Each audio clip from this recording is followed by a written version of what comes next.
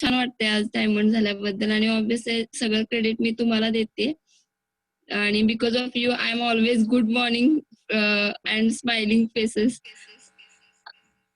Thank you so much once again.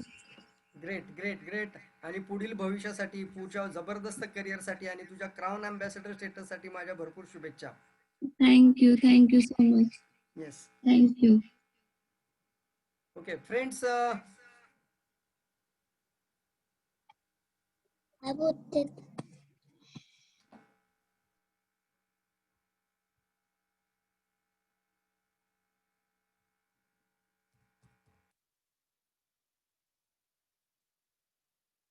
Okay, आपल्या daily education प्रोग्राममध्ये तुमचं सर्वांचं स्वागत आहे. पर सर्वांनी हा मेसेज वाचला असेल की आजचा जो सेशन आहे तो एका वेगळ्या विषयावरती होणार आहे आणि एका गंभीर विषयाला आपण टच करणार आहोत सगळेजण.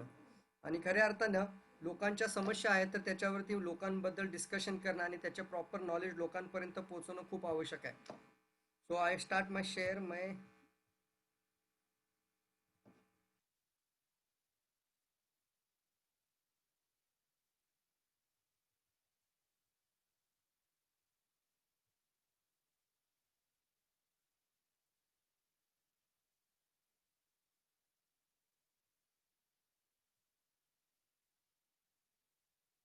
मोबाईल लँडस्केप मोडमध्ये पकडा, म्हणजे पूर्ण स्क्रीनवरती तुमच्या ही स्क्रीन येईल. म्हणजे पूर्ण पीपीटी तुमच्या लँडस्केप मोडमध्ये याप्रमाणे पहा. तुम्ही उभा मोबाईल नका पकडू, या पद्धतीने.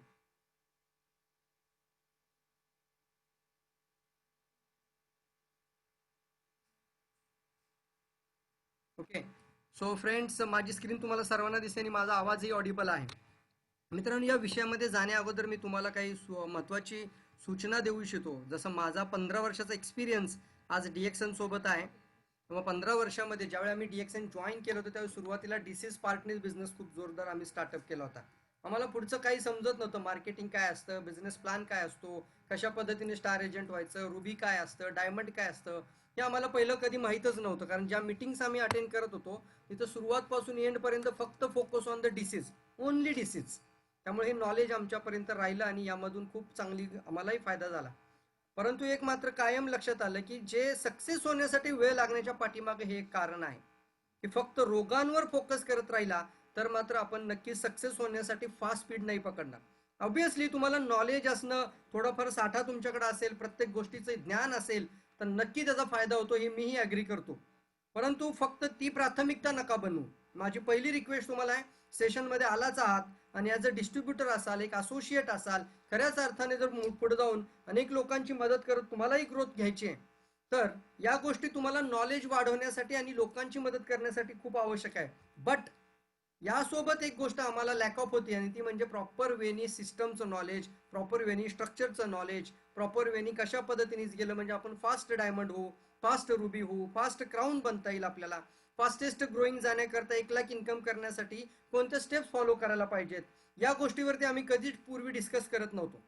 त्यामुळे मित्रांनो, कदाचित आम्हाला खूप वेळ लागला, तुम्हाला वेळ लागू द्यायचा नाही हा आमचा मेन अट्टहास असेल, हा आमचा आग्रह असेल की तुम्हाला नाही वेळ लागला पाहिजे मिलिनियर होण्याकरता. त्याकरता लोकांपर्यंत पोहोचण्यासाठी आणि एक महत्त्वाचा विषय आहे जो अनेक लोकांच्या पुढे समस्या म्हणून आता उद्भवतोय आणि याचं प्रचंड प्रमाण आता लोकांमध्ये वाढत चाललंय, प्रचंड प्रमाण वाढत चाललंय. आपल्याला याचा रेशो देखील माहित आहे.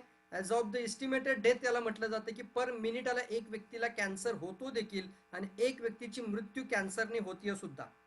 सो एक इन्फॉर्मेशन आणि प्रॉपर नॉलेज असेल आणि तुम्ही जर प्रिव्हेन्शन बद्दल पण याच्याबद्दल तयार झालात तर खऱ्या अर्थाने एक मोठं आणि यासोबत एक महत्त्वाचा पार्ट या सेशनमध्ये घेण्याआधी तुम्हाला सांगेन की आपल्या प्रोडक्टची काय ताकद आहे ह्या तुम्हाला आजच्या सेशनमधून देखील लक्षात येईल. डायरेक्ट सेलिंग इंडस्ट्रीमध्ये कोणत्याही कंपनीची बिशात देखील नाही अशी स्लाइड बनवण्याची. या मी रिअली सांगतो तुम्हाला, डायरेक्ट सेलिंग इंडस्ट्रीमध्ये ताकद नाहीये कुठल्या कंपनीची की अशा पद्धतीची. इंटरनॅशनल कंपनी बद्दल बोलेल, उगाच कुणीतरी लोकल कंपनी काढेल आणि बोलेल याचा अर्थ मी बोलत नाहीये. पण जागतिक लेवलला, वर्ल्ड वाईड लेवलला अशा पद्धतीचं प्रेझेंटेशन द्यायची ताकद जर कुठल्या डायरेक्ट सेलिंग इंडस्ट्रीमध्ये जर कंपनीची असेल, वन अँड ओनली सिर्फ DXN आहे. बिकॉज आपण पाहतो आपल्या कंपनीचे फाउंडर देखील, त्यांचा देखील विचार तोच आहे की पूर्ण लोक निरोगी राहायला पाहिजेत, आजारापासून दूर राहायला पाहिजेत. आणि आज आपला देखील तोच पार्ट आहे की असे मोठे मोठे आजार जे होतात ते आपल्या जीवनात व्हायलाच नको, यासाठी आपण काय करू शकतो. बरं एक मित्रांनो मला पटकन सांगा चॅट बॉक्स मध्ये, ते प्रॉब्लेम झाल्यावर जागा होणं चांगलं आहे का न होऊ नये म्हणून जागा होणं चांगलं आहे? कोणती गोष्ट चांगली आहे? पटकन लिहायचं, पटपट लिहायचं. मित्रांनो असं म्हणतात ना, be aware now before it is too late. Prevention is most important. अगोदर, बिफोर, एकदा का तो प्रॉब्लेम झाल्यावर काय सिच्युएशन होते आणि त्या व्यक्तीला कोणत्या पर्वामधून जावं लागतं, कोणते अग्निदिव्य फॉलो करावे लागतात. माय गॉड, त्याची पूर्ण फॅमिली, पूर्ण त्याचा सगळा परिवार, त्याचे कुटुंब पूर्णपणे या ठिकाणी डिस्टर्ब होतं. मानसिकरित्या, फायनान्शियलरित्या, भावनिकरित्या सगळ्या गोष्टी डिस्टर्ब होऊन जातात ज्यावेळी अशी समस्या होते. रातोरात नाही होत या गोष्टी. या गोष्टी आपण आज डिस्कस करणार आहोत डिटेलमध्ये. आजचा टॉपिक आहे कॅन्सर प्रिव्हेन्शन. की आपण आपल्या परिवाराला आणि आपण आपल्या स्वतःला कॅन्सर पासून दूर कसं ठेवू शकतो with DXN product. With DXN product. So friends, असे अनेक रोग आहेत, फक्त कॅन्सरच नाही, पण त्या कुठल्याही रोगाच्या ज्यावेळी एकदम एंड लेवलला गेला तर त्या रोगातून देखील कॅन्सर होण्याचे चान्सेस असतात. जसं डायबिटीस मधून देखील कॅन्सर लोकांना झालेले आहेत. एखाद्याला एखादा जर कोणताही प्रॉब्लेम, अस्थमा जरी प्रॉब्लेम असेल तर पुढे जाऊन कॅन्सर, ट्युबरक्युलोसिस मधून कॅन्सर्स होतात. असे काही रोग निर्माण होतात की ज्याची वेळी जर काळजी नाही घेतली तर वाढत वाढत वाढत वाढत जाऊन एक एंड लेवल ज्याला म्हणतो आपण, ती कदाचित कॅन्सर डिसीज किंवा ऑर्गन फेल्युअरकडे जाऊ शकते. So friends, our whole body is a most important part. आपल्या शरीराचा प्रत्येक पार्ट महत्वाचा आहे, डोक्याच्या केसापासून पायाच्या नखापर्यंत. आणि आज आपण पाहतो की प्रत्येक गोष्ट आपण पॅरामेडिकल कोर्स किंवा मेडिकल सायन्स वरती ठेवून नाही चालू शकणार. आपल्याला ती, जर आता तुम्ही सिच्युएशन पाहिली की मी हॉस्पिटलमध्ये जाईल आणि मग हे होईल किंवा मला होऊ नये म्हणून मी डॉक्टरांची मदत नाही घेऊ शकत आता. कारण डॉक्टर देखील म्हणतील ज्यावेळी होईल त्यावेळी माझ्याकडे या, आता मी तुम्हाला कोणतीही मेडिसिन प्रिस्क्राईब करू शकत नाही. हा, पण जेव्हा होईल ना तेव्हा नक्की माझ्याकडे या, हे मात्र तुम्हाला सांगतील. आता काही काळजी करू नका, थोडीशी प्रिकॉशन घ्या, बट कोणतंही मेडिसिन एखादा ॲलोपॅथिक डॉक्टर किंवा एखादा मेडिकल प्रॅक्टिशनर तुम्हाला प्रिस्क्राईब नाही करू शकत. म्हणून आपल्याला जागृत व्हायचं आहे, आपल्याला जागं व्हायचं आहे, आपल्याला आपली हेल्थ महत्वाची आहे. थोडीशी रियालिटी तुमच्या समोर आहे. Critical illness in India, estimated death and average cost. Estimated death म्हणजे काय की estimated death per year and average cost of treatment. एका वर्षामध्ये किती लोकांची मृत्यू कोणत्या रोगाने होते. तर मी मागील एका स्लाइडमध्ये मायक्रो स्कॅनिंग इफेक्टच्या प्रोग्राममध्ये देखील सांगितलं होतं की एका दिवसामध्ये सर्वात जास्त मृत्यू जर कोणत्या आजाराने होते तर हृदयविकाराने होते. फ्रेंड्स, हृदय रोग असा आजार आहे की जो नंबर 1 किलर आहे. नंबर 1 किलर आहे, नंबर 1 डेथचं कारण आहे. This is a major cause of death. But second स्टेजला जातो कॅन्सर. दुसऱ्या स्टेजमध्ये येतो मित्रांनो कॅन्सर. आपण पाहतोय एव्हरी मिनिट, म्हणजे आज आपण पाहतो की एव्हरी मिनिट जर 4 लोकांना हृदयविकार होत असेल, त्याच्यामुळे 4 लोकांची मृत्यू होते हृदयरोगमुळे, तर एव्हरी मिनिट एक व्यक्तीची मृत्यू कॅन्सर सारख्या रोगाने होते. आणि इतकं प्रचंड प्रमाण हे वाढतंय, त्याचा ॲव्हरेज कॉस्ट 10 ते 15 लाख 20 लाख देखील होऊ शकतो. Average cost, estimated cost, average cost ही आपण पाहतोय. म्हणजे एकदा झाला तर त्या व्यक्तीच्या पुढे एकच असतं, एक तर मृत्यू किंवा जीवन, किंवा त्यासमोर एकच पार्ट येतो, तो म्हणजे लाखो रुपये खर्च करायचा आणि मृत्यूशी झुंज देणारा आजार, मृत्यू प्राय वेदना देणारा आजार ह्याला म्हटलं जातं. एव्हरी मिनिट डायबिटीस मधून देखील आता आपण पाहतोय की आज 2 लोकांच्या डेथ होतीये. इंडियन स्ट्रोक आणि आपण कॅन्सर किल म्हणतोय की ज्या ठिकाणी कॅन्सरमुळे एक व्यक्तीची डेथ होते. मित्रांनो, cancer is killing not just Indian but India too. भारतामध्ये याचं प्रमाण प्रचंड वाढत चाललंय. आज आपण जर बाहेरच्या कंट्रीच्या तुलनेत इंडियामध्ये एस्टिमेटेड डेथ पाहिलं तर त्याचं प्रमाण खूप आहे. तुम्ही ह्या सगळ्या गोष्टी विकिपीडियामध्ये अभ्यास नक्की करू शकता. Cancer is killing is just not Indian but India. So prevent your self. यामध्ये हा भूलभुलैया मित्रांनो, इकडे जायचं का, इकडे जायचं, ॲलोपॅथी खायचं का, होमिओपॅथी खायचं, केमोथेरपी घ्यायचं का, रेडिएशन करायचं, सर्जरी करायची का, बायोप्सी करायची, ह्या सगळ्या गोष्टी अतिशय प्रकारचा एक भूलभुलैया आहे. काय करू आणि काय नको अशी परिस्थिती निर्माण होते. आणि कोणत्याही गोष्टीमध्ये लोकांना आता आपण पाहतोय की एकच गोष्ट लक्षात येते आणि तिथं ती गोष्ट लक्षात येते म्हणजे काय, प्रिव्हेन्शन. बाप रे, मी जर आधीच काळजी घेतली असते तर किती बरं झालं असतं, नको होता मला असा आजार आणि आता मला झालं तर मी काय करू. Prevention is most important factor. Prevention is always better than cure. Prevention is always cheaper than cure. आणि prevention is always safer than cure. Warning, once in never out. बाहेर यायचा मार्ग नाही, आज जायचा मार्ग आहे, बाहेर निघायचा मार्ग नाही मित्रांनो. त्यामुळे आज आपल्याला जागृत व्हायचं आहे. अशा सिच्युएशन मध्ये आपल्याला जायचंच नाहीये. याकरता एक रिव्हॉल्युशन आहे, क्रांती शब्द वापरतात याकरता, आणि ती क्रांती म्हणजे तुम्ही आम्ही जण मिळून घेऊन चाललोय, ती आहे न्यूट्राशुटिकल रिव्हॉल्युशन. न्यूट्राशुटिकल रिव्हॉल्युशन. एक असते फार्मास्युटिकल रिव्हॉल्युशन. आतापर्यंत फार्मास्युटिकल लोकांनी पाहिले, घराघरात लोक पिल्स खातायत, मेडिसिन खातायत, औषधं खातायत, फार्मास्युटिकल्स आहे. पण आता मात्र फार्मास्युटिकल कंपन्या सुद्धा न्यूट्रास्युटिकल मध्ये प्रोडक्ट लॉन्च करतायत. बिकॉज इथून पुढे वेलनेस आणि न्यूट्रास्युटिकल हे राज करतील असं सांगण्यात आले. हेल्थ केअर इंडस्ट्री ही पीक इंडस्ट्री असेल, जबरदस्त रिचेस्ट इंडस्ट्री असेल. आणि याकरता आत्ता आपल्या समोर मी तुम्ही सगळ्यांनी जो लिहिलं मला ते अगदी बरोबर होतं की prevention is better sir, before, होऊच नये म्हणून. होण्या अगोदर काळजी घेतलेली कधी पण चांगले. But what is mean by cancer? Cancer म्हणजे तुम्हाला असं वाटतं का की हा काय आहे नेमका, याचा अर्थ काय? एक रियालिटी आहे आणि याचं सायंटिफिकली प्रूव्हन आहे. लहान बाळापासून प्रत्येक व्यक्तीच्या शरीरात कॅन्सर सेल डेली येतात. Yes, 200 types of cancer cells आपल्या बॉडीमध्ये, 200-300 types of cancer cell, different different kinds of cancer cells आपल्या बॉडीमध्ये डेली तयार होतात. आज आत्ता मी बोलतोय सकाळपासून संध्याकाळपर्यंत आपल्या शरीरात त्या तयार होतात. But our body is the best doctor in the world. या विश्वातला सर्वोत्तम डॉक्टर जर कोण असेल तर आपलं शरीर आहे. इम्युन पॉवर, आपल्या बॉडीमध्ये असणारी डिफेन्स मेकॅनिझम, आणि डिफेन्स मेकॅनिझम एवढी मजबूत आहे की ज्याच्यामुळे आपल्या शरीरामध्ये एक सेल तयार होते, त्याला डिस्ट्रॉय करायची पॉवर आपल्या शरीरात आहे. त्याच्यामुळे आपण पाहतो जशी जशी प्रतिकार शक्ती कमी होत चालली तसे तसे हे रोग प्रचंड प्रमाणात वाढत चाललेत. आज आपण बघतो लहान मुलांपासूनही आजार वाढलेत, कारण रोग प्रतिकार शक्ती, इम्युनिटी पॉवर, शरीराशी आजारांची लढण्याची क्षमता दिवसेंदिवस एवढी कमी कमी होत चालली की नॉर्मल साधारण सर्दी ताप खोकल्याने लोकांची मृत्यू होते, हे आता आपण अनुभवतोय. नॉर्मल म्हणजे कोरोना हे नाव आहे, परंतु सर्दी ताप खोकला आणि झालेला कफ याच्याने डायरेक्ट डेथ होतीये, बिकॉज बॉडी सर्वाइव्ह करू शकत नाहीये. सो फ्रेंड्स, आज ही माहिती आपल्याला पाहिजे. सत्य परिस्थिती सांगतो तुम्हाला की कॅन्सर सेल्स आपल्या प्रत्येकाच्या शरीरात आहेत. फक्त आपल्याला आपली इम्युनिटी स्ट्रॉंग करणं महत्वाचं आहे. कॅन्सर कॉजेस आपण पहिल्यांदा पाहूयात की बरीचशी लोक म्हणतात होतो होतो, पण कशामुळे होतो? थोडीफार याचं बाहेर एन्व्हायरमेंटल कॉजेस आहेत, हे वातावरणातील कॉजेस, बाहेरचे कॉजेस काय काय आहेत, आणि नंतर आपण इंटरनल कॉजेस पाहणार आहोत. 2 फॅक्टर पाहणार आहोत. एक असतो एक्सटर्नल, बाहेरचं काय कारण आहे, आणि दुसरा आहे शरीराच्या आतून म्हणजे इंटरनल, त्याचं काय रिझन आहे. एक्सटर्नल मध्ये पहा, टोबॅकोमुळे 25 ते 30% प्रमाण आहे याचं. डाएट,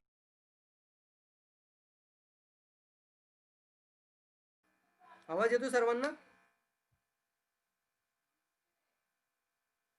मग बाकीचं बंद कर, वायफाय विफाय. माझ्या पण मोबाईलचं बंद कर, रेडमीचं आहे ना, सगळ्या मोबाईलचं बंद वायफाय. ओके, इथलं पण बंद केलं, ठीक आहे.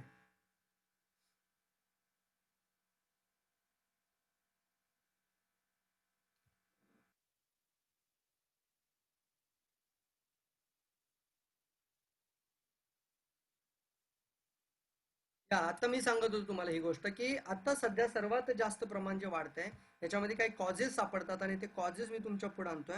आणि त्या कॉजेस मध्ये पहिलं कारण सापडतं आपल्याला टोबॅको, तंबाखू, तंबाखूची मिश्री. लहान आपण पाहतो अगदी गावागावांमध्ये महिला मंडळ आज चहा आणि मिश्री, दुधाचा चहा आणि मिश्री सारखी पाहिजे त्यांना. लोक तंबाखू खातात, सिगारेट ओढतात, बरोबर, गुटखा खातात भरपूर प्रमाणामध्ये. 25 ते 30% प्रमाण त्याचं आहे, निकोटीन. डाएट अँड ओबिसिटीमुळे हा 30 ते 35% प्रमाण येतोय. डाएट तुमचं व्यवस्थित नाहीये. ऍसिडिक डाएट मोस्टली, तर या पार्ट खूप महत्वाचा आहे, हे पॉईंट लिहून ठेवा. प्रचंड ऍसिडिक डाएट करणाऱ्या व्यक्तीला, ऍसिडिक डाएट, सतत नॉनव्हेज खाणारी व्यक्ती असेल, सतत कोला, थम्सअप, पेप्सी, सतत काहीतरी वेगळ्या गोष्टी. आज आपण पाहतो फिल्म इंडस्ट्रीमध्ये सर्वात जास्त आपण म्हणलं असं का होतं की एवढी लोक रिचेस्ट आहेत, एवढी श्रीमंत आहेत, ह्या लोकांना कॅन्सर का होतो? नवाजुद्दीनला कॅन्सर का झाला? युवराज सिंगला का कॅन्सर झाला? माहित नाही आपल्याला. पण आता मात्र काही गोष्टी समोर येतात की जितके रिच लोक होतात तेवढे त्यांच्या हॅबिट्स खराब आहेत. ड्रग्स खातायत, नको त्या गोष्टी शरीराला देतात, डाएट मेंटेन ठेवत नाहीत. आणि अशा वेळेला आपल्याला अल्कलाईन हेल्दी डाएट, एक निसर्गाचा डाएट आपल्याला पाहिजे. त्याच्या विरुद्ध जात असेल तर, निसर्गाच्या विरुद्ध गेला तर निसर्ग तुम्हाला नक्की शिक्षा करणार. असंच म्हटलं जातं, जर तुमचं फूड चांगलं असेल तर तुम्ही चांगले राहाल, तुमचं फूड जर बॅड झालं तर तुमची लाईफस्टाईल बॅड होऊ शकते पूर्ण. आज 30 ते 35% health problem because of the diet and obesity, cancer causes. इन्फेक्शन्समुळे 15 ते 20% आहे. आणि यानंतर आपण पाहतोय की ज्या ठिकाणी आपण वातावरणामध्ये वावरतो, ज्या वातावरणामध्ये एन्व्हायरमेंटल पोल्युशन आहे वातावरणाकडून, जे कार्सिनोजेनिक फॅक्टर्स येतात शरीरामध्ये, आणि आपली फिजिकल ऍक्टिव्हिटी खूप कमी, आणि रेडिएशन म्हणजे उन्हाचा सुद्धा ताण शरीरावरती पडतोय. या सगळ्या कारणांमुळे आपण पाहतो की कॅन्सर कॉजेस अनेक रिझन आहेत वातावरणाच्या बाहेर. म्हणजे शरीराच्या बाहेर जर गेलात, बाहेरच्या वातावरणामध्ये खूप कारण सापडतील. शरीराच्या आतमध्ये काय होतं की ज्याच्यामुळे कॅन्सर तयार होतो ते देखील आपण पाहणार आहोत पुढे. हे पहा परत एकदा, कॅन्सर स्टॅटिस्टिक मध्ये मस्त सांगितलं येतं, हार्ट डिसीज पहिल्या नंबरला डेथ कॉज मध्ये आहे आणि दुसरं आहे कॅन्सर डिसीज डायरेक्ट. सो हे जे आता आपण पाहतो इंडियामध्ये की पहिल्या नंबरला हृदयरोग, तर दुसऱ्या नंबरला कुठला रोग असायला पाहिजे होता? दुसरा कोणताही राहिलेला नाही, डायरेक्ट कॅन्सर येतोय तिथं सेकंड स्टेजमध्ये. सेकंड डेथ कॉज डिसीज, आजारांबरोबर मृत्यू होण्याचं कारण पहिलं हृदयरोग आणि दुसरं आहे कॅन्सर. हा रातोरात होत नाही फ्रेंड्स, याची सुरुवात एक सिंगल सेल मध्ये होते. मी मगाशीच बोललो होतो, आता देखील आपल्या शरीरात येतात. म्हणजे काय की कॅन्सर सेल असतात, त्या पेशींची अवस्था आहे. आपल्याला वाटतं पूर्वीच्या काळी लोक म्हणायचे काहीतरी जंतू असतात, किडे असतात. सॉरी, हा पूर्वीचा काळ होता. गावाकडे अजून एखादा व्यक्ती जर माझं प्रेझेंटेशन आता ऐकत असेल तर त्यांनी देखील व्यवस्थित ध्यानपूर्वक ऐका. कॅन्सर म्हणजे रोग नाहीये, कॅन्सर म्हणजे पेशींची अवस्था आहे. पेशींमध्ये असं काही विषारी आतमध्ये येत आहे की जी पेशींची अवस्था नॉर्मल कंडिशन मधून ऍबनॉर्मलला जाते आणि ऍबनॉर्मल मधून कॅन्सरकडे प्रवास करते. This is a cellular stages. कॅन्सरची ग्रोथ होते म्हणजे एक पेशींची अवस्था आहे. उदाहरणार्थ, आपण नॉर्मल सेल पाहतो एखादा आणि त्याचं ती वर्क करते, पण एखादी जर ॲबनॉर्मल सेल असेल आणि ती तिचं वर्क करत नाही तरी देखील ती सर्वायवल राहत असेल तर ती सेल कॅन्सरकडे प्रवास करते. उदाहरणार्थ, आपण एखाद्या वर्गामध्ये बसतो आणि क्लास टीचर शिकवत असतात आणि सगळी मुलं ध्यानपूर्वक असं बोर्डकडे लक्ष देऊन व्यवस्थित ऐकत असतात, नोट्स काढत असतात, आणि एखादा मुलगा असा खिडकीतून बाहेर पाहतो, त्याचं लक्षच नसतं सिस्टम मध्ये काय चाललंय. तो बाहेर काहीतरी खिडकीतून पाहतोय, त्याचं लक्ष नाही शिक्षक काय शिकवतात. याचा अर्थ आपल्या एखाद्या ऑर्गन मध्ये एखादी सेल तिचं काम सोडून दुसरंच काम करू लागते आणि ती तरी देखील सर्व होते, तिला म्हणतात ॲब नॉर्मल. एका बाजूला ॲब नॉर्मल ग्रोथ व्हायला सुरुवात होते. किती सेल मध्ये होईल हो? एका सिंगल सेलमध्ये, एका पेशीमध्ये सुरुवात होते. कारण पण आपण पाहणार आहोत. फर्स्ट म्युटेशन म्हणतात त्याला. बरं, एक सेलमध्ये झाल्यावर लक्षात येईल का? कधीच नाही, कोणालाच नाही आजपर्यंत समजू शकत. मग कधी समजतं? Second mutation? सॉरी, नाही. Third mutation? तरी नाही. फोर्थ म्युटेशन पण ते पण कळत नाहीये. मेलिग्नंटी, एक ट्युमर तयार होतो त्यावेळी समजतं. म्हणजे पहा, या स्लाइड मध्ये तुम्हाला दिसतंय की फर्स्ट म्युटेशन म्हणजे सुरुवात, नंतर सेकंड स्टेप आहे, म्हणजे सेकंड स्टेज नाही म्हणत मी याला, पण सेकंड म्युटेशन म्हणजे सुरुवात झाली आहे आणि ती दुसऱ्या स्तरावरती आली आहे, तिसऱ्या स्तरावरती आली. आणि त्यानंतर आपण पाहतो की ती पुढे जाऊन 1च्या 2, 2च्या 4, 4च्या 8, 8च्या 16, 32, 64 आणि मग 64च्या डायरेक्टली 128 या पटीने ते कॅन्सर सेल ग्रोथ होतात, म्हणजे मल्टिप्लाय होतात. सुरुवात एका सेलमध्ये होते. सुरुवात एका सेल पासून एक गाठ बनायला कुणाला 3 वर्ष, कुणाला 5 वर्ष, कुणाला 10 वर्ष, 20 वर्ष देखील लागू शकतात. पण आपण घाबरतो कधी? झाल्यानंतर. ज्यावेळी कळतं त्यावेळी पायाखालची जमीन सरकते. अरे पण दादा, 5 वर्ष लागली ते तयार व्हायला शरीरात, तोपर्यंत तुझ्या शरीराने सर्वायवल केलंच ना. मग आता अचानक काय झालं की तू स्वतःला पूर्ण, म्हणजे असं म्हणतो ना, गळाटूनच गेलेला आहे, एकदम पूर्ण घाबरूनच गेलेला आहे, अगदी खचला डायरेक्टली. आता डॉक्टरनी सांगितलं आता की तुला कॅन्सर झालाय, आणि ते सांगण्याची पद्धत त्यांची ते एक, ते पण स्ट्रॅटर्जीच आहेत. काही ठिकाणी लोक अक्षरशः घाबरवून सुद्धा लोकांना सांगतात. भरपूर बरेचसे लोक फोन करतात, सर आम्हाला डॉक्टरनी सांगितलं 3 महिने जगेल, 6 महिने जगेल. अरे यार, कोणाची मृत्यू ठरवण्याचं डॉक्टरचं काम थोडीच आहे. एखाद्या माणसाला सर्वायवल करायचंय का नाही करायचंय, किती दिवस सर्वायवल करायचंय, त्याची आतली इनर पॉवर काय आहे, त्याचा बॉडीचा आतमधला स्वतःचा ज्याला म्हणतो आपण विल पॉवर किती पॉवरफुल आहे, हे थोडीच आपण पोटेन्शियल कोणी मोजू शकतो. पण तरी देखील डॉक्टर म्हणतात नाही, या व्यक्तीकडे 3 महिनेच आहेत. असं जर त्या व्यक्तीने ऐकलं असेल, मला सांगा तो 3 महिने जगेल का हो व्यवस्थित? तो सतत एकच विचार करेल, मायनस मध्ये जाईल, कम्प्लीट निगेटिव्ह मध्ये जातो आणि कंटिन्युअसली एकच विचार डोक्यात येतो, रिव्हर्स काउंटिंग, संपलंय माझं. आणि ठरल्या दिवशी जाऊ शकतो तो. सगळा खेळ विचारांचा आहे. मित्रांनो, मला हेच तुम्हाला सांगायचं आहे. ही एक स्टेजेस आहेत, ही एक सेलची अवस्था आहे, आणि ही अवस्था ज्यावेळी वाढत वाढत जाते, एखादी गाठ ज्यावेळी बनते, दुखाव होतो तरी आपण तपासत नाही, आणि ज्या वेळेला पेन होतो, त्रास होतो, सहन होत नाही, त्यावेळेला आपण त्याचा तुकडा काढतो आणि त्यावेळी कळतं कॅन्सर स्टेजेस आहे. पण ज्यावेळी अशी एखादी ट्युमर बनते तर सगळ्यात पहिलं काय करतात? काही ठिकाणी सगळ्यात पहिली बायोप्सी करतात. बायोप्सी म्हणजे काय हो? सांगतो तुम्हाला डिटेल. बायोप्सी म्हणजे त्या ट्युमरचा छोटासा पीस काढला जातो, तो तुकडा काढतात. कारण त्या तुकडा काढल्यानंतर तो लॅबमध्ये चेक करतात आणि तो कोणत्या प्रकाराचा आहे माहिती होतो त्यांना. It's will okay. बट आता मात्र तुम्हाला थोडं बॉडीचं सायन्स आहे आपल्याला माहिती, आणि आपण डीएक्सन मध्ये आहोत तर आपल्याला डिटेलमध्ये ह्या गोष्टी शिकवल्या जातात, नॉलेज आहे, तुमच्यापर्यंत ते पोहोचणं आवश्यक आहे. बायोप्सी जोपर्यंत होत नाही तोपर्यंत 3-4 वर्ष, 5 वर्ष तो ट्युमर एका जागी होता. त्याचा अर्थ काय हो? मी नेहमी सांगत आलो बा की ज्या वेळेला ती गाठ बनते ती रातोरात बनत नाही. ती गाठ कोणी बनवली? बॉडीने बनवली. कारण त्याच्यामध्ये 3 स्टेजेस होत्या. कोणत्या स्टेजेस होत्या? सगळ्यात पहिली पुढे पाहणार आहोत आपण, डिस्चार्ज फेज होती, नंतर कोणती होती? पुटसाइड फेज होती, नंतर कोणती? ती ट्युमर डेव्हलपमेंट फेज होती. 3 फेज मधून आपली बॉडी जाते. डिफेन्स मेकॅनिझम, शरीराचं संरक्षण कवच 3 फेजनी कार्य करतं.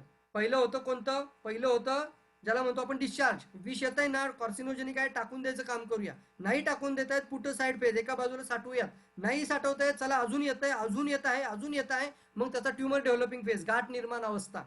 गाठ बनवली कोणी? शरीराने बनवली, जेणेकरून ती गाठ जर फुफ्फुसामध्ये एका बाजूला असेल तर पूर्ण बाकीचं फुफ्फुस चांगलं राहील. युट्रसमध्ये एका साईडला ती गाठ असेल तर बाकीच्या युट्रसचा त्रास व्हायला नको. बिकॉज बॉडी हा बेस्ट डॉक्टर आहे. आणि शरीराने काय म्हटलं, हे मला नको आहे, हे बाजूला राहू द्यात.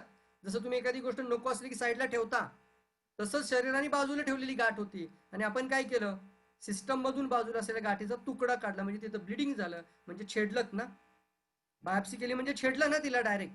आणि तिथून मात्र मग स्प्रेड व्हायला सुरुवात झाली, कारण छेडलं. आता बॉडी काय म्हणते, अरे यार मी साईडला ठेवतोय आणि तुम्ही त्याला पुरत कात्री लावताय, त्याला छेडताय, त्याचा तुकडा काढून घेताय, आता मात्र मी काय करू शकत नाही, स्प्रेड डायरेक्टली. आणि मग मेलिग्नन्सी इकडं तिकडं तिकडं सेकंडरी प्रवास करायला सुरू फास्ट झालेलं आहे अनेक लोकांच्या जीवनात. ह्या गोष्टी मी तुम्हाला आता सजेस्ट करतोय, या गोष्टी घडत आहेत आता. जोपर्यंत बायोप्सी नाही तोपर्यंत पसरलं नाही, पण बायोप्सीच्या नंतर अनेक लोकांच्या लाईफमध्ये पसरलेला आहे. ब्लड टेस्ट करतात, त्यानंतर आपण पाहतो बोन मॅरो बायोप्सी असते, बोन मॅरो छोटासा पीस. त्याच्यानंतर आपण पाहतोय चेस्ट एक्सरे काढला जातो. त्यानंतर complete blood count, CBC count तुमचा पाहिला जातो. सिटी स्कॅन करतात, लिव्हर फंक्शन टेस्ट करतात आणि MRI स्कॅन देखील करतात. ह्या काही गोष्टी स्क्रीनशॉट मारून ठेवा, जस्ट नॉलेजसाठी असावं, की जेणेकरून पुढच्या व्यक्तीला ज्यावेळी तुम्ही सांगाल तर थोडंफार तुम्हाला इन्फॉर्मेटिव्ह नॉलेज आहे त्याच्याबद्दलचं. याचं स्क्रीनशॉट ठेवा तुम्ही नक्की. आणि मग काय करतात, पहिलं बायोप्सी म्हणजे तुकडा काढणे, टेस्ट काढणे, समजलं आता ट्युमर आहे, एक गाठ आहे. मग काय करायचं, बऱ्याच अंशी काय करतात, सगळ्यात पहिली थेरपी ती म्हणजे काय, इन्सिजन अँड आउट, म्हणजे कट मारायचा आणि ती बाहेर काढून टाकायचा. त्याला म्हणतात डायरेक्टली ऑपरेट. सुरुवातीला ऑपरेट. मग ऑपरेट करताना आपण पाहतो की पहिलंच लिहून घेतलं जातं की जर पेशंट ऑन द स्पॉट बेडवरती गेला किंवा त्याला भूल दिल्यानंतर तो भूलीतून बाहेरच नाही आला तर त्याला हॉस्पिटल, डॉक्टर किंवा इथली कोणतीही यंत्रणा जबाबदार नाही. त्याला सर्वस्वी तो पेशंट आणि त्याची कंडिशन जबाबदार आहे. हो, ह्या गोष्टी लिहून घेतल्या जातात, कारण ती कोणीही देत नाही, कारण ती स्टेज असते तशी. ऑपरेशन आपण पाहतो, हे आपल्याला कधीच कदाचित बघायला भेटत नाही आतमध्ये जाऊन, की कॅन्सरचा आतमधला वॉर्ड कसा असतो, हे कॅन्सरचं ऑपरेशन थिएटर कसं असतो. वॉर्ड नाही, थिएटर. आतमध्ये कधीच जाता येत नाही, आयसीयूच्या आतपर्यंत जाता, परंतु ऑपरेशन थिएटरमध्ये मात्र तेव्हाच जाता ज्यावेळी होतो त्यावेळेला. पण हे चित्र आधीच माहीत करून घ्या, बघून ठेवा. अशी वेळ आपल्या जीवनात कधीच यायला नको. छोटी छोटी चूक असते, छोटी छोटी सुरुवात असते, पण नंतर मात्र त्याचा परिणाम फार मोठा होऊ शकतो. काय होतं एवढंसं मी दारू पिल्याने, काय होतं एवढंसं मी तंबाखू खाल्ल्याने, काय होतं एक सिगारेट ओढल्याने दिवसाची, मी तर कमी घेतो बाकीच्यांपेक्षा, परंतु तरी देखील तुमच्या शरीराची कदाचित इम्युनिटी खूप डाऊन असेल आणि अजून तुम्ही त्याच्यावर अत्याचार करत असाल. काय होतं मी दुधाचा चहा पिला तर, काय होतं बाकीची दुनिया पितेच ना, मग मी एकट्याने पिला तर काय बिघडतं. परंतु या छोट्या छोट्या गोष्टी तुम्हाला मोठा परिणाम भोगायला कारण ठरू शकतात. सो मित्रांनो, मी नक्की तुम्हाला सांगणार या माध्यमातून, जागृत व्हा. ही वेळ आपल्यावरती येऊ नये म्हणून जागं व्हा. पहिली करतात डायरेक्टली ऑपरेट. आणि असे पण काही कंडिशन्स बॉडीमध्ये होतात, लिव्हरमध्ये गाठ आहे, डॉक्टर म्हणतो नो ऑपरेशन, मी नाही ऑपरेशन करू शकत. अशी काही लोक आपण पाहिली DXN मध्ये आल्यानंतर. फुफ्फुसात गाठ होती, हृदय आणि फुफ्फुसाच्या एवढ्या जवळ ती ट्युमर आहे की डॉक्टर म्हणतो बायोप्सी कुड नॉट बी डन. म्हणजे बायोप्सी करायला गेलं तरी जीवाला धोका आहे, जीवितास धोका आहे. बायोप्सी नाही करू शकत, म्हणजे तुकडा पण नाही काढू शकत, तर ऑपरेट करणं तर फार दूरची गोष्ट होते. असे ऑर्गन शरीरामध्ये की जिथं ऑपरेशन करणं अगदी दुरापास्त आहे. डॉक्टर म्हणतात ऑपरेशन नाही करतायत. पण काही कंडिशन्समध्ये ऑपरेशन होतात. तर ऑपरेशन कसं करतात, त्या ब्रेस्टमध्ये जर गाठ असेल तर ती गाठ नाही काढतायत त्यांना, तो पूर्ण ब्रेस्ट काढावा लागतो. जर युट्रसमध्ये गाठ आहे तर पूर्ण युट्रस काढून टाकली जाते. एक एक ऑर्गन पूर्ण शरीरातून निघून जातो. आणि अशा वेळेला आपण पाहतो कॅन्सरचे ऑपरेशन करतात, पण तरी देखील सुटका झाली का त्या व्यक्तीची? नाही मित्रांनो. कॅन्सरची गाठ काढल्यानंतर त्याच्या पाठीमागे दूषित रक्ताचे थेंब किंवा त्याच्या कॅन्सर सेल थोड्याशा जरी पाठीमागे राहतातच आणि त्याचं पुन्हा म्युटेशन वाढायला सुरुवात होते. आणि मोस्टली असे ऑपरेशन करण्याआधी भरपूर स्टिरॉइड दिले जातात, भरपूर ड्रग्स दिले जातात. आणि इम्युनिटी एवढी डाऊन होते त्या व्यक्तीची की रोगप्रतिकार शक्ती एका बाजूला कमी आणि कॅन्सरचं कॉज एका बाजूला शरीरामध्ये प्रचंड प्रमाणात आहे. या सगळ्या गोष्टी शरीरात होतात. आणि मग केमोथेरपी येते समोर. केमोथेरपी म्हणजे काय, drugs use to kill cancer cells. आणि याला डिस्ट्रॉय थेरपी म्हणू आपण, डायरेक्टली डिस्ट्रॉय. फॉर एक्झाम्पल, आपण पुणे शहरामध्ये राहतो, चिंचवड भागामध्ये 4 अतिरेकी शिरले आणि वरून सरकारचा आदेश आला की आम्हाला एक चिंचवड नसलं तरी चालेल, त्या 10 अतिरेक्यांना इमिजिएटली मारायचंय, कुठे आहेत माहित नाही, चिंचवडवरती एक बॉम्ब टाका. काय होईल हो? चिंचवडवर बॉम्ब टाकला, 10 अतिरेकी मरतील, पण त्याच्याबरोबर 10,000 लोक चांगली मरतात. डिस्ट्रॉय. म्हणजे ती केमोथेरपी शरीरामध्ये जाते, ती पूर्ण शरीराचा संवार ठेवते. आणि अशा ठिकाणी आपण पाहतो की ती नाही आयडेंटिफाय करू शकत की ही कॅन्सर सेल आहे, ही नॉर्मल सेल आहे, ही कॅन्सर सेल आहे, ही नॉर्मल सेल आहे. We cannot identify. Chemotherapy identify नाही करू शकत की ही सेल चांगली आहे, ही सेल वाईट आहे. ते समोर येईल त्याला धडाधड उडवत जातात. जसं आपण म्हणतो आता युद्ध सुरू झालं तर तुमच्या लक्षात येईल फक्त शत्रू पक्ष नाही, सगळ्यांची हानी होते. आणि अशा वेळेला आपण पाहतो की त्या ठिकाणी ही गोष्ट घडते. मग टॉक्सिन एवढे वाढलेले असतात, एवढं विष शरीरामध्ये वाढलेलं असतं आणि एवढं प्रचंड प्रमाणामध्ये त्याचं कारण तयार झालं असतो शरीरामध्ये.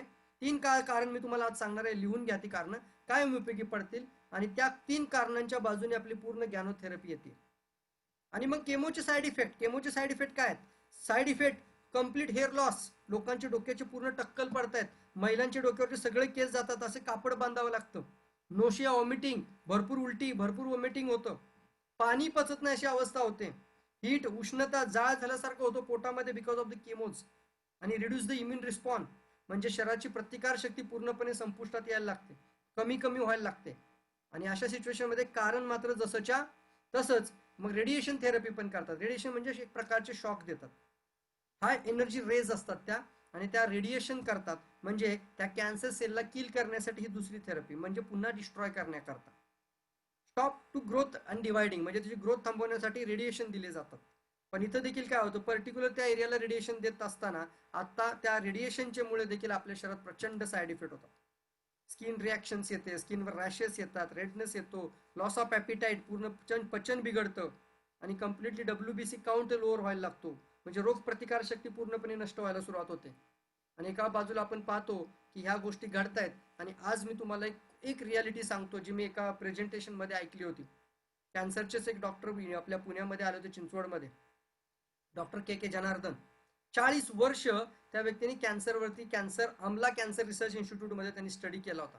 आजही ती वाक्य जशी तशी डोक्यात आहेत. म्हणून कोणते प्रेझेंटेशन कधीच वाया जाऊन देऊ नका, कधीच म्हणजे मिस तरी करूच नका अजिबात, ज्यावेळी तुम्हाला एक नॉलेजेबल इन्फॉर्मेशन मिळते त्यावेळेला. तर ते मी प्रेझेंटेशन चिंचवडमध्ये ऐकलेलं, मला आता ते वाक्य तुम्हाला सांगायचं आहे. आम्हाला कॅन्सर रिसर्च इन्स्टिट्यूटचे डॉक्टर के जनार्दन बोलले होते. त्यांनी त्यांच्या स्लाइड्समध्ये दाखवलं होतं ते की आज जेवढे लोक कॅन्सर हॉस्पिटलमध्ये ऍडमिट होतात किंवा कॅन्सर ट्रीटमेंट घेत असतात, तर त्यांच्यामध्ये 80% लोकांची death not because of the cancer cells. बघा वाक्य, 80% लोकांची मृत्यू कॅन्सर सेलमुळे होत नाहीये, तर 80% लोकांची मृत्यू त्या साईड इफेक्टमुळे होतीये ड्रगच्या. केमोथेरपी, रेडिएशनचे जे साईड इफेक्ट झाले बॉडीवरती, ते सर्वायवल नाही करता आले. त्यांनी लिव्हर डॅमेज झालाय, त्याच्याने किडन्या फेल झाल्या, हार्ट फेल्युअर झालं त्याच्यानी, आणि त्या औषधांच्या साईड इफेक्टमुळे मृत्यू भरपूर लोकांची होती. आज पण आपण बऱ्याचशा लोकांना पाहिलं, कोरोना झाल्यानंतर सुरुवातीला जे कोरोक्लोरिक्विन काहीतरी द्यायला सुरुवात केली होती, आणि बऱ्याचशा लोकांनी पाहिलं देखील की ते इंजेक्शन दिल्यानंतर हार्ट अटॅक आलेत लोकांना. येस फ्रेंड्स, म्हणजे ही रियालिटी आहे की ते ड्रग शरीर नाही सहन करू शकत because our body is natural. आणि अशा वेळेला ह्या हायर लेवलचे जेव्हा मेडिसिन्स येतात, तर ते डॉक्टरांनी स्वतः सांगितलं होतं की 80% कॉजेस ऑफ कॅन्सर आणि डेथ जी कारण आहे ती not because of the cancer, because of the chemo रेडिएशनचे ओव्हर एक्सेस साईड इफेक्ट, त्याचा जो शरीरावरती दुष्परिणाम होतो त्याच्यामुळे डेथ होती. सो फ्रेंड्स, मला चॅट बॉक्समध्ये सांगा, ट्रीटमेंट महत्वाचे का प्रिव्हेन्शन महत्वाचं आहे? 2 शब्द तुमच्या पुढे आहेत, त्यापैकी एकच शब्द लिहायचा आहे, पटपट लिहायचा, तुमच्या हाताने लिहायचा आहे, फास्ट लिहायचा आहे, फास्ट सर्वांनी लिहायचा, प्रत्येकाने लिहा. हा यस चालेल, पी लिहिला तरी चालेल, नो प्रॉब्लेम. येस बॉस, सगळ्यांनी लिहा. काय महत्वाचं आहे हो आयुष्यामध्ये, ट्रीटमेंट की प्रिव्हेन्शन? मी तुम्हाला प्रत्येक गोष्ट जाणीव करून देतो काय अवस्था आहे आता बाहेर मार्केटमध्ये. मग ते झाल्यावर जागृत व्हायचं का अगोदर जागृत व्हायचं? कधी जाग व्हायला पाहिजे? Prevention. Yes yes yes yes, प्रत्येकाने रिस्पॉन्स करा. Prevention prevention prevention prevention prevention. अरे यार, बाहेर जगामध्ये कोणाला विचारा, समाजाची मदत करायची आपल्याला, त्या प्रत्येक व्यक्तीला विचारा, मित्रा ट्रीटमेंट महत्वाचे का प्रिव्हेन्शन महत्वाचं आहे? तो देखील सांगेन प्रिव्हेन्शन इज ऑलवेज बेटर, कधी पण चांगलं यार. त्यासाठी काय करायची तयारी आमची. आणि आज तुमच्या पुढे 3 रिझन येत आहेत. हे 3 रिझन व्यवस्थित नोटबुकमध्ये लिहून घ्या. वाय कॅन्सर सेल तयार होण्याच्या पाठीमागचे महत्वाचे 3 कारण. आणि हे कोणी दिलेत, हे कोण सांगत आहे? हे DXN नाही सांगत, हे प्रवीण साळुंखे नाहीत सांगत, हे कोणी एखादा डॉक्टर नाही सांगत, नॉर्मल डॉक्टर. हे सांगतो एक नोबेल प्राइज विनर, ज्या व्यक्तीला त्या कार्यामध्ये नोबेल प्राइज दिलं गेलं.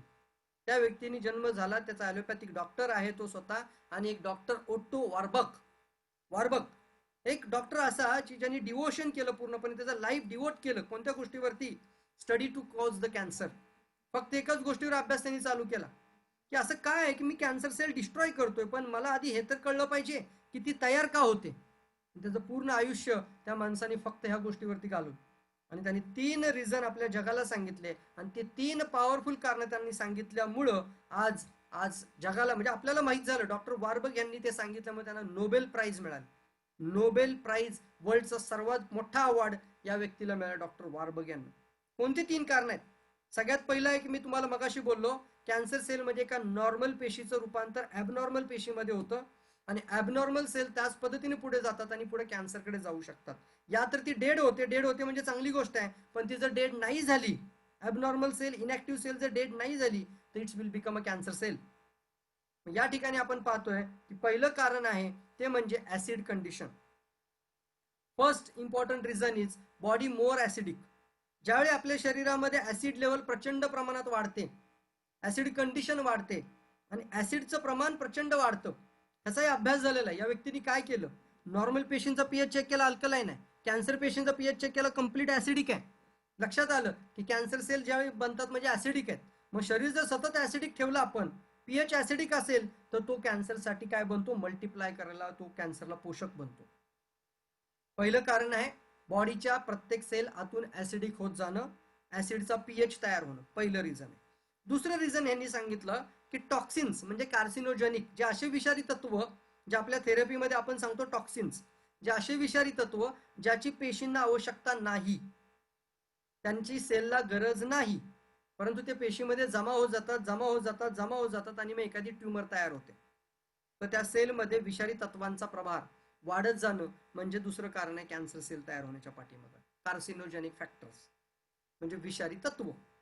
तिसरं कारण त्यांनी सांगितलं, अशी सेल की जिला प्राणवायू मिळायचा बंद व्हायला लागतो. एखादी सेल जर तिला प्राणवायू मिळायचा बंद होतो आणि ती पेशी ज्यावेळी प्राणवायू घेऊ शकत नाही आणि तरी देखील ती सर्वायवल करते, जगते, ती असते कॅन्सर सेल. याचा अर्थ अगदी सिंपल मराठी भाषेत समजेल असं सांगतो तुम्हाला. आपल्या नॉर्मल पेशीला सतत प्राणवायू पाहिजे तर ती जीवन जगते. नॉर्मल पेशीला प्राणवायू नाही मिळाला आणि ती मरते, म्हणजे ती डेड पण होऊ शकते. बट फक्त आणि फक्त आपल्या शरीरात कॅन्सर सेल मात्र विदाऊट ऑक्सिजन सर्वायवल होतात, म्हणजे जगतात, आणि ते काय करतात, डिवाइड होतात आणि नंतर मल्टिप्लाय होतात. त्या कोणत्या गोष्टीमुळं, कॅन्सर सेलला ऑक्सिजनची गरजच लागत नाही. त्यांना ऑक्सिजन नसेल तर त्या शरीरात डान्स करतात. दे आर डान्स म्हणजे त्या शरीरामध्ये अजून जास्त वाढू शकतात, मल्टिप्लाय होतात, अजून जास्त संख्येने वाढतात. जर तिथं ऍसिड कंडिशन असेल तर अजून फास्ट वाढतात, आणि तिथं टॉक्सिनचा लोड असेल तर अजून मल्टिप्लाय होतात. 3 मेन रिझन आहेत. मला सांगा, केमो, रेडिएशन किंवा कोणतीही ॲलोपॅथीचे उपचार पहा किंवा कोणतेही आतापर्यंत तुम्ही ट्रीटमेंट बघा, या 3 कारणांवर काम करतात का? तुमच्या समोर उत्तर आहे. आपण एक जागरूक ग्राहक आहोत, आपण एक जागरूक ग्राहकासारखी चर्चा करतोय.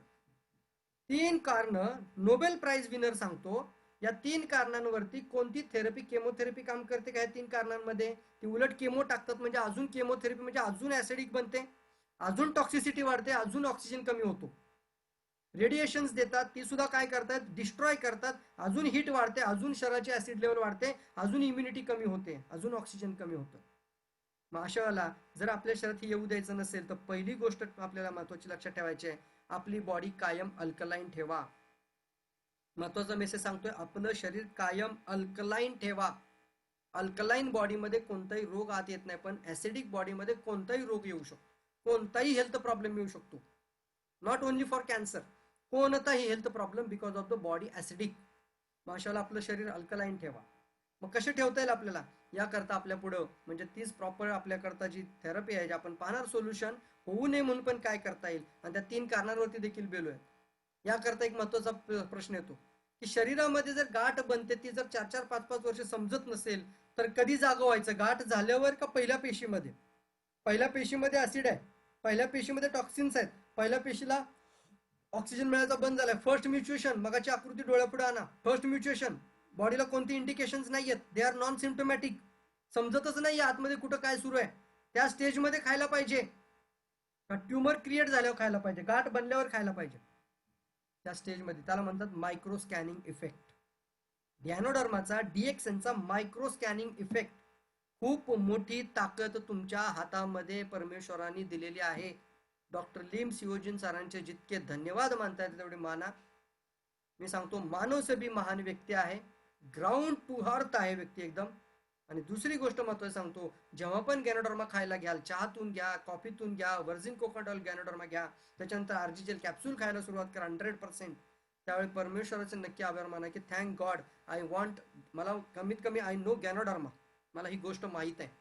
मायक्रो स्कॅनिंग इफेक्ट म्हणजे आपल्या एका सेलला शोधायचं आणि तिला नॉर्मल करायची पॉवर. उलट कॅन्सर सेल एका सेलमध्ये जाते आणि तिथून मल्टिप्लाय होते. गॅनोडर्मा त्या पहिल्या पेशीपाशी जातो आणि त्या पेशीतली 3 कामं नाहीशी करतो. पहिले 3 कारण.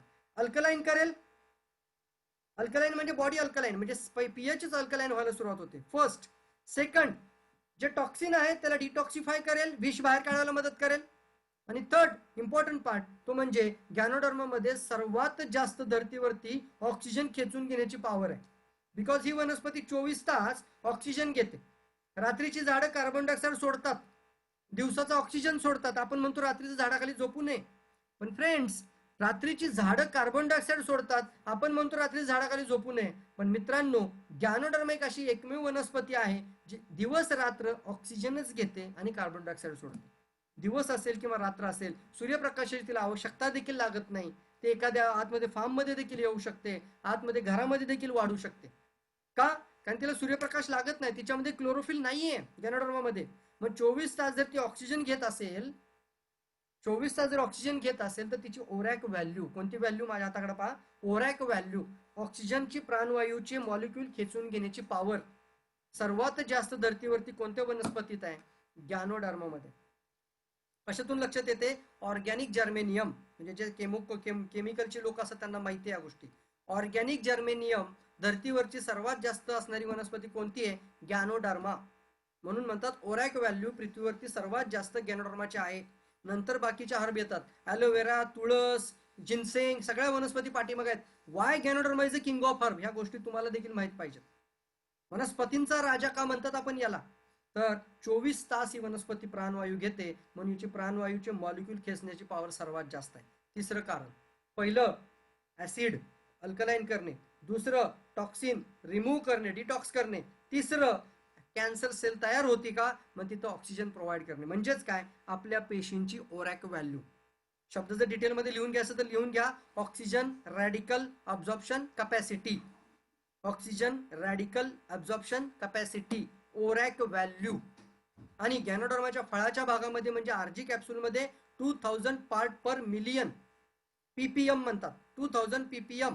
आणि गॅनोडर्माच्या देठाच्या भागामध्ये 6000 पीपीएम एवढा ओरॅक व्हॅल्यू आहे. एवढी ऑर्गॅनिक जर्मेनियमची मात्रा आहे, ही धर्तीवरती सर्वात जास्त आहे. आणि गॅनोडर्माचा स्टडी केला ज्या ज्या लोकांनी, त्यांनी सांगितलं की गॅनोडर्माच्या वनस्पतीमध्ये 23,000 पार्ट पर मिलियन एवढा ओरॅक व्हॅल्यू म्हणजे एवढा ऑर्गॅनिक जर्मेनियम आहे. 23,000 पीपीएम एवढा ऑर्गॅनिक जर्मेनियम, एवढी ओरॅक व्हॅल्यू गॅनोडर्मा वनस्पतीचे. मग मित्रांनो, मी जर रोज गॅनोडर्मा खात असेल तर आपल्या पेशी रोज प्राणायाम करतात. बघा मराठीत आणि साध्या भाषेत सांगतो, जसं तुम्ही प्राणायाम करता ना, तर आपल्या आतमध्ये सेल रोज प्राणायाम करतात. Because of ganoderma, because of ganoderma. रोज सेवन करा. याचा फायदा आपल्या पहिल्या सेलला होतो आणि त्या पहिल्या सेलचं रूपांतर ज्याला म्हणतात anti tumour properties, anti cancer properties, त्याच्यामध्ये तो उत्तुंग लेवलला किंग आहे. तर त्याच लेवलला जाऊन त्याला नॉर्मल करायची क्षमता आहे. या गोष्टी खूप जबरदस्त आपल्या समोर येतात. जसं शरीरामध्ये डिफेन्स मेकॅनिझम आहे, तसं आपल्या शरीराची प्रतिकार शक्ती देखील तसंच काम करते. मी तुम्हाला सांगतो आता, जे मी मगाशी बोलत होतो तो पार्ट समोर आहे तुमच्या, की ती तयार होण्याच्या आधी पहिली डिस्चार्ज फेज असते. गॅनोडर्मा काय करतो? त्या सेलला शोधतो आणि त्यातले टॉक्सिन बाहेर काढायला मदत करतो. पुटसाइड फेजला जाण्याच्या आधी आपण जागृत व्हायला पाहिजे. म्हणजे काय करायला पाहिजे? विष बाहेर काढा. कॅन्सर ट्युमर कधी तयार होतोय? पुटसाइड फेजला गेल्यानंतर. नंतर तिसरी लेवल कोणती येते? Tumour developing phase. येऊ द्यायची का? आपण आपला विचार करा आणि समाजासाठी तुम्ही जागृती निर्माण करा. डीएक्सएन सारखी कंपनी आपल्याला मिळाली, याच्यासाठी नक्की थँक्यू लिहा अपलाईनसाठी. पॉवरफुल मेसेज तुमच्यापर्यंत आहे, पॉवरफुल कंपनी आहे, पॉवरफुल सिस्टम आहे, पॉवरफुल लीडर्स आहेत, पॉवरफुल नेटवर्क आहे, पॉवरफुल सिस्टम. प्रत्येक गोष्ट जबरदस्त आहे. तुम्ही पॉवर लावायला सुरुवात करा. तुम्ही अजिबात वेळ वाया घालवू नका. प्रत्येक व्यक्तीला जागृत करायला सुरुवात करा. भले चहानी पिऊ दे ना सर. एखाद्या गावामध्ये तुम्ही 100 लोकांना चहा पाचताय ना, त्या गावामध्ये कॅन्सर होण्याचं प्रमाण नाहीसं व्हायला लागेल हळू. चहानी म्हणतो मी, गॅनो टी रोज पिला तरी गॅनोडर्माचं प्रमाण त्याच्यात जास्त आहे. गॅनोडर्माचा चहा भरपूर पिला, रोज चहा पिला, पाण्यासारखा चहा पिला, पाणी पितो तसं जर चहा पिला बॉटल बॉटल भरून, तर अँटी कॅन्सर प्रॉपर्टी प्रचंड प्रमाणात वाढतात. ही खूप मोठी ताकद आपल्या हातामध्ये. एक एक सिंगल प्रोडक्ट खूप मोठी क्रांती करू शकतो. आणि या पद्धतीने आपली इम्युनिटी देखील वाढते याच्यामुळं. कारण एक महत्वाचा पार्ट आपल्या शरीरात आहे आणि तो म्हणजे बॉडी इम्युन सिस्टम. ज्यावेळी केमो दिले जातात, ज्यावेळी रेडिएशन दिले जातात, त्यावेळी होतं त्या पूर्ण आपल्या रोगप्रतिरोधक शक्तीचा संहार. Yes, white cell, lymphocytes cell, T cells या सगळ्या मरतात तिथे. पण गॅनोडर्मामध्ये अजून एक क्षमता आहे, तुमच्या माहितीसाठी सांगतो, पॉइंट आउट करून लिहून घ्या. समजा एखाद्या एरियामध्ये दंगा फसाद झाला, तुम्ही ज्या एरियामध्ये राहता तुमच्या चौकाचं ध्यान घ्या, डोळ्यापुढे आणा, आणि जोरात दंगा फसाद झाला. असं झालं की धार्मिक दंगल झाली, हिंदू मुस्लिम दंगल झाली, असं समजा मोठं काहीतरी झालं कार्य, आणि सगळं दंगा फसाद म्हणजे अगदी लोक एकमेकाला जोरात मारहाण सुरू झाली, मारामाराला सुरुवात झाली आहे, अगदी जबरदस्त दंगल सुरू झाली. सर्वात पहिलं कोण जाणार मला सांगा तिथं? डिफेन्समध्ये, म्हणजे आपली पण डिफेन्स मेकॅनिझम आहे, आपल्या भारताची डिफेन्स मेकॅनिझम आहे. सर्वात पहिलं तिथं कोण पोहोचणार? ज्या वेळेला कसाब आला होता आणि तोनी ताजमहालवरती अटॅक केला होता, पहिलं कोण पोहोचलं तिथं? डायरेक्ट कमांडो नाही आले, पहिलं कोण आलं? पोलीस, करकरे, बरोबर आहे ना? मग हे पोलीस आधी तिथं पोहोचले. पोलीस. पोलिसांनी बघितलं पोलिसांकडे किती ताकद आहे, तेवढं ते काम करतात, पण त्यांच्याकडे नाही कंट्रोल झालं. म्हणजे काय? पोलिसांकडे कंट्रोल नाही होतं, ते म्हणतात यार हे माझ्याच्याने नाही होऊ शकत, आपण काय करूया, रिझर्व्ह पोलीस किंवा रॅपिड ऍक्शन फोर्स बोलूया, SRPF, CRPF. SRPF ला फोर्सला बोलवतात आणि ती फोर्स अगदी मोठ्या संख्येने येतात. आणि SRPF ला पण तो दंगल जर कंट्रोलमध्ये नाही आली तर मात्र कॉल जातो कमांडोज, आर्मी आणि कमांडो. त्यामुळे आपण पाहिलं असेल, कसाब ज्यावेळी ताजमहलमध्ये अटॅक केला होता त्यावेळी कमांडो उतरले शेवटी हेलिकॉप्टर मधून आणि त्यांनी तिथं मारले, ते लोक पकडले. हे सर हेच आहे, जसं एखाद्या एरियामध्ये मोठी दंगल झाली तर शेवटी आर्मीला रोडवरती यावं लागतं, पण आर्मी डायरेक्ट येत नाही, कमांडो डायरेक्ट उतरत नाही. मग शरीरामध्ये आहे का असं? हो, नक्की आहे, 100% आहे. आपल्या शरीरात ज्यावेळी एखादी कॅन्सर सेल तयार होते किंवा एखादा व्हायरस बॉडीमध्ये येतो, मे बी कोरोना व्हायरस असेल किंवा कोणताही बॅक्टेरियल व्हायरस असेल तो, आणि तो शरीराला जर नुकसान देत असेल तर सर्वात पहिला तिथे जातो पोलीस. पोलीस म्हणजे कोण? व्हाईट सेल, पांढऱ्या पेशी. व्हाईट सेल्स म्हणजे पोलीस जातात आणि त्यांच्यामध्ये एक पॉवर असते की ते आयडेंटिफाय करतात. म्हणजे आपल्याला माहिती आहे, लहानपणी वॅक्सिनेशन दिलेलं असतं म्हणजे त्यांना आयडेंटिफाय करायची क्षमता असते. परंतु त्यांची जर ताकद कमी पडायला लागली आणि व्हायरसची किंवा त्या सेलची ताकद वाढली आहे, कॅन्सरची ताकद वाढली आणि प्रतिकारशक्ती कमी पडते, व्हाईट सेल पॉवर कमी पडते फ्रेंड्स, मग कॉल कुणाला जाणार? सेकंड कॉल जाणार. इंट्रा सेल्युलर कम्युनिकेशन म्हणतात याला. तुमच्या पेशी एकमेकांशी बोलतात. हो, एकमेकांशी बोलतात. काल मी ऋषी आणि चर्चा करत होतो. ऋषी म्हणला, हे पेशी कशा काय बोलतात पप्पा? म्हटलं हा ऋषी, पेशी बोलतात. म्हटलं कसे काय? म्हटलं आता तुझं समजा एखादा व्यक्ती आहे, एक XYZ व्यक्ती आहे आणि तो जेवण करायच्या अगोदर भरपूर दारू पिऊन जेवायला बसला, तर आपल्या लिव्हरच्या पेशी काय करतात? 500 प्रकारची केमिकल तयार, मी ऋषीला कसं समजावून सांगितलं बघा, 500 प्रकारच्या केमिकल तयार करतात आपल्या लिव्हरच्या सेल. आता त्या व्यक्तीने एवढी दारू घेतली, ड्रिंक घेतले आणि तो जेवायला बसलाय, तर आपल्या लिव्हरच्या पेशी काय करतात? अरे यार, आता हे अन्न पचवू का, हे बनवू का, ते बनवू, याने तर विष टाकले आतमध्ये, हे ऍसिड टाकले, आता याला अल्कलाईन करायला पाहिजे. म्हणजे आपल्या लिव्हरवरती ओव्हरटाईम यायला लागला. आपल्या पेशी बोलतात. ज्यावेळी एखादा नको असलेला कण आतमध्ये जातो फुफ्फुसामध्ये, त्यावेळी आपल्या पेशी बोरडतात, अरे बाप रे, नको असलेला कण आलाय, मेंदूला ऑर्डर जाते, मेंदू परत त्या पेशीने सांगतो. Intracellular communication. इतक्या फास्ट स्पीडने तो कण बाहेर पडतो मित्रांनो, की नाकातून तो 500च्या स्पीडनी, म्हणजे किती, एखाद्या स्पोर्ट कारच्या स्पीडनी तो कण शिंकेतून बाहेर फेकला जातो. म्हणजे काय? Intracellular communication. आणि ह्याच कम्युनिकेशनमुळे पांढऱ्या पेशींची ताकद म्हणजे पोलिसांची ताकद कमी पडायला लागली, तर पोलीस कॉल करतात SRPFला, म्हणजे आपल्या पुढच्या फळीला बोलवतात. आणि तसंच आपल्या बॉडीतल्या व्हाईट सेल कॉल करतात टी सेल्सना. टी आकाराच्या सेल्स असतात. टी सेल्स म्हणजे लिम्फोसायटिस, मोनोसायटिस असतात, टी सेल्स म्हणतात. यांना किलर सेल म्हटलं जातं, किलर सेल. या टी वरती घेतात आणि कॅन्सरला उडवू शकतात, एवढी ताकद त्याच्यामध्ये. पण त्या टी सेल्स म्हणजे कोणत्या होत्या? SRPF होत्या. पण त्या टी सुद्धा जर संख्येने येतात, परंतु त्या देखील काय होतात? कमजोर पडायला लागल्या. कारण का? प्रचंड प्रमाणामध्ये इम्युनिटी डाऊन झाली आहे. तर मात्र अजून प्रमाण वाढत चाललं असेल तर तिसरा कॉल जातो म्हणजे इंट्रासेल्युलर कम्युनिकेशन. पेशी परत कॉल करते पुढं, म्हणतात टी सेल्स कॉल करतात आमचं काही चालत नाहीये, हा आगंतुक खूप मोठा आहे आणि येणारा परकीय आक्रमण जबरदस्त आहे, आम्ही नाही काही करू शकत, आर्मीला आणि कमांडोंना कॉल करा. मग अशाला कॉल जातो मॅक्रोफेजेस. लिहून ठेवा हे पॉईंट. पहिलं व्हाईट सेल्स, नंतर आपल्या शरीरातल्या टी सेल्स आणि नंतर येतात मॅक्रोफेजेस. एक व्हिडिओमध्ये पण दाखवेल तुम्हाला. मॅक्रोफेजेस म्हणजे काय, जसं एखादा झोपलेला सिंह असतो ना आणि त्याला जागा केल्यानंतर भक्ष्य दिसलं तर तुटूनच पडतो त्याच्यावरती, तसं ह्या सुप्त अवस्थेतली शक्ती असते आपल्या शरीरात मॅक्रोफेजेस सेल्स. जसं कमांडो नेहमी येत नाहीत रोडवरती, इतर वेळेला प्रॅक्टिस करत असतात, सुप्त अवस्थेत असते ही शक्ती. मॅक्रोफेजेस जागृत करायचं काम, त्याला ट्रिगर करायचं काम महत्वाचं आहे आणि त्या तिथं कम्युनिकेशन त्याला म्हणतात. आणि गॅनोडर्मामध्ये बीटा ग्लुकॉन पॉलिसॅकराइड आहे. सायंटिफिकली गोष्टी सांगतोय आता. गॅनोडर्मामध्ये बीटा ग्लुकॉन पॉलिसॅकराइड असल्यामुळं तो मॅक्रोफेजेस सेलला ट्रिगर करतो. मॅक्रोफेजेस सेलला तो ट्रिगर करतो आणि त्या मॅक्रोफेजेस सेल चवताळून उठतात आणि त्या आगंतुकवरती आक्रमण करतात. त्याच्यामुळे आपण बऱ्याच लोकांना पाहिलं की कॅन्सर सारख्या आजारांमधून सर्व्हायव्हल झाले. पण आज आपण जागृत व्हायचं, आपल्या ओव्हरऑल बॉडीमध्ये एक सेल सुद्धा शरीरामध्ये यायलाच नको यासाठी गॅनोडर्मा खायचा. आयडेंटिफायर कोणत्या लेवलला, मायक्रो लेवल, अति सूक्ष्म लेवलला जाऊन शरीराच्या आतमध्ये शोधून काढण्याची अद्वितीय ताकद, that is called micro level. आणि आयडेंटिफाय करणं म्हणजे शोधून काढणं. कधी काढायचं, गाठ झाल्यावर का एका पेशीमध्ये, विचार करा, नक्की विचार करा या गोष्टीवरती मित्रांनो आणि डिसिजन घ्यायची सुरुवात करा.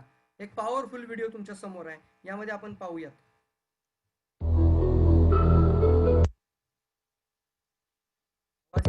Modern treatments usually attempt to destroy cancerous cells through radiotherapy or chemotherapy. However, while destroying cancerous cells, such treatments also destroy many of the essential cells beneficial to the human body, such as macrophage and T lymphocyte, blood-producing cells, white blood cells, and others.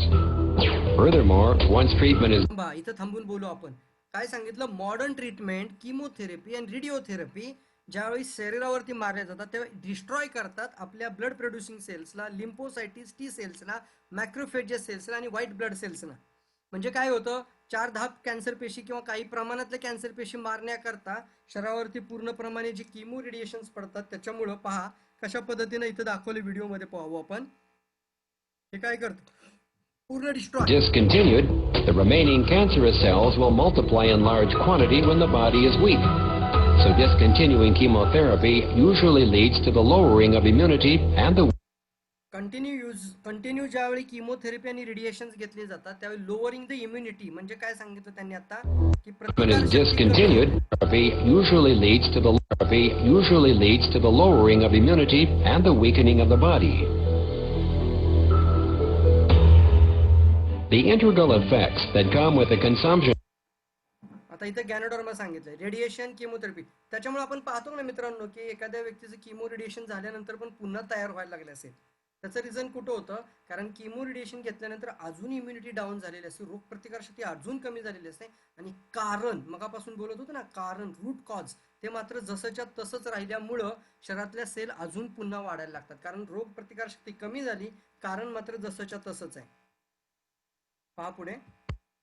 Of long-haul logwood lincture treatments with radiotherapy and chemotherapy will create are promising. Besides its own anti-cancer properties, lincture can also destroy cancerous cells together with radiotherapy and chemotherapy. At the same time, it also fights against unwanted effects of radiation, reducing damage by radiotherapy and chemotherapy to essential cells like macrophage and T lymphocyte, blood-reducing cells, white blood cells, and others. Lincture increases the tolerance level towards radiotherapy and chemotherapy, improves appetite, and strengthens immunity. Some terminally ill cancer patients are so weak that they're not able to withstand radiotherapy or chemotherapy. After the consumption of long-haul logwood lincture, their condition improved, and they can complete the course of radiotherapy and chemotherapy. Many patients with tumors have their symptoms significantly improved after taking long-haul logwood lincture. Other complementary long-haul products have also treated numerous patients who suffer from various kinds of terminal cancers.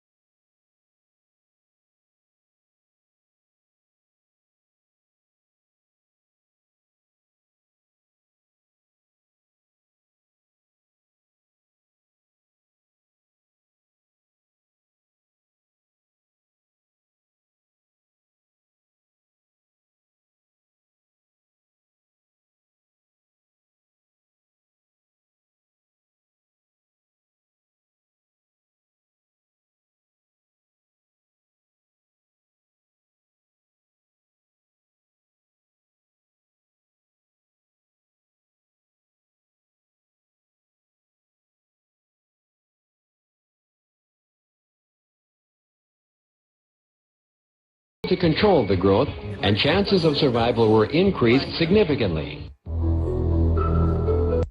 With Linger were able to control the growth and chances of survival. And chances for the survival. याचा अर्थ काय दिलाय की या ठिकाणी जो reference group होता तिथं कॅन्सर सेल मल्टिप्लाय होत होत होत होत ट्यूमर साईज खूप मोठी होत गेली आहे. कंट्रोल ग्रुपला जिथे गॅनोडर्मा दिला, टॉक्सिन रिमूव्ह व्हायला लागले, ऍसिड लेवल अल्कलाईन व्हायला लागली आणि त्याच्यानंतर ऑक्सिजनची मात्रा शरीरात वाढत गेली. कॅन्सर सेल न्यूट्रल व्हायला लागले, नॉट डिस्ट्रॉय. महत्वाचा पार्ट आहे, किमो डिस्ट्रॉय करते, गॅनोडर्मा त्याला न्यूट्रल करतो, म्हणजे नॉर्मलाइज करायला मदत करेल, म्हणजे ॲबनॉर्मलला नॉर्मल करायला मदत करेल, कॅन्सर सेलला पूर्ववत करायला मदत करेल, डिस्ट्रॉय करणार नाही. एकदम डेड झालेली सेल असेल शरीरातनं बाहेर काढेल, डिटॉक्स करून टाकेल, परंतु कंट्रोल द ग्रोथ पण थांबवली जाते. कॅन्सर पेशींची वाढ थांबवण्यासाठी हा गॅनोडर्मा पॉवरफुल मदत करतो. त्याच्यामुळं आपण पाहतोय की हे लोक. सो एक मिशन तुमच्या समोर आहे आणि हीच मित्रांनो आपण हा एक मेसेज तुम्हाला मला आजच्या व्हिडिओतून द्यायचा आहे की DXN फक्त पैशाशी प्रभावित नाहीये मित्रांनो. फक्त पैसा करणारी कंपनी नाही. पैसा प्रचंड कमवायला आयुष्यामध्ये थोडंसं प्रॉपर नॉलेज असेल तर प्रिव्हेन्शन वरती पण बोलूया. लोकांना ही जागृती आणा की जेणेकरून शरीरात तयारच होऊ नये याकरता जबरदस्त प्रोडक्ट आहे. ज्यांना झाला असेल त्यांना एक चान्स घ्या. आता इथून पुढे कधी पण बाहेर गेला तर मी नक्की तुम्हाला सांगतो, एवढं चांगलं प्रेझेंटेशन ऐकल्यानंतर आपला कामाचा पवित्रा बदलू नका. कारण बऱ्याच वेळेला मला हे प्रेझेंटेशन देऊ का नको हा विचार येत होता मनामध्ये. रिझन होतं त्या पाठीमागे, कारण लोकांचा कल फक्त कॅन्सर पेशंट शोधण्यामध्ये लागायला नको. You are focus on the system, you are focus on the structure, focus on the completely तुमच्या टीमवरती, नेटवर्क आणि लिडरशिपवरती कॉन्सन्ट्रेट करा.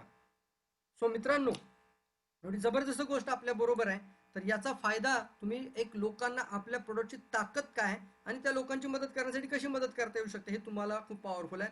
गॅनोडर्मा एक मिशन पॉवरफुल आहे, वर्ल्ड वाईड मिशन आहे, हेल्थी वर्ल्ड मिशन आहे.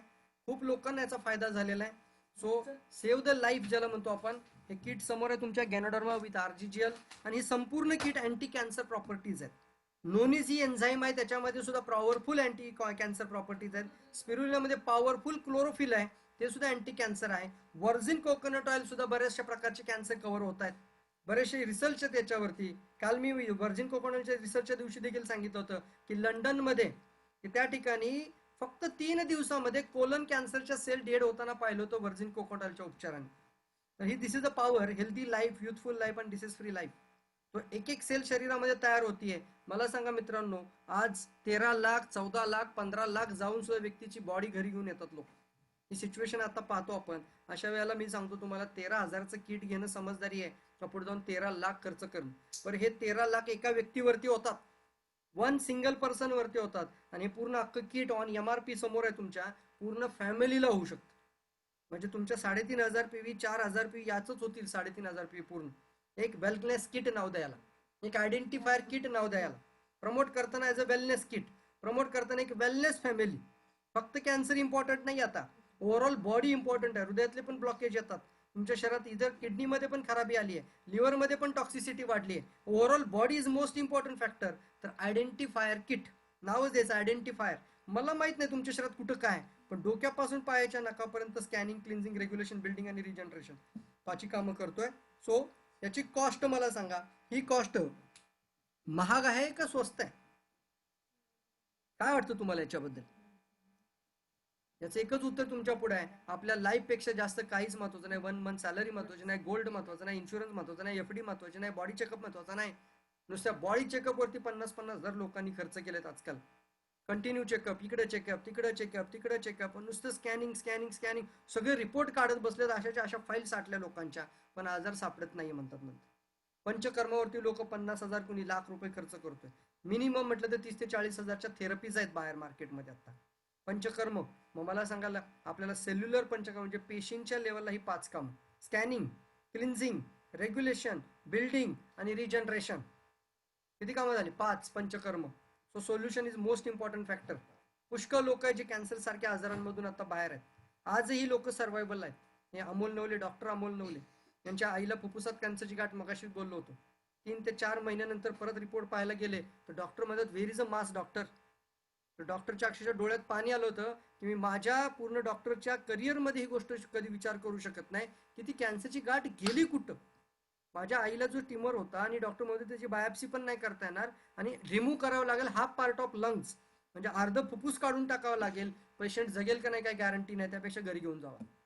आणि अशा सिच्युएशनमध्ये आजही आई त्यांची सर्वायवल आहे. 6 वर्ष झाली त्या गोष्टीला, आज पण नॉर्मल कंडिशनमध्ये. 6 वर्ष झाली त्या व्यक्तीला सुद्धा.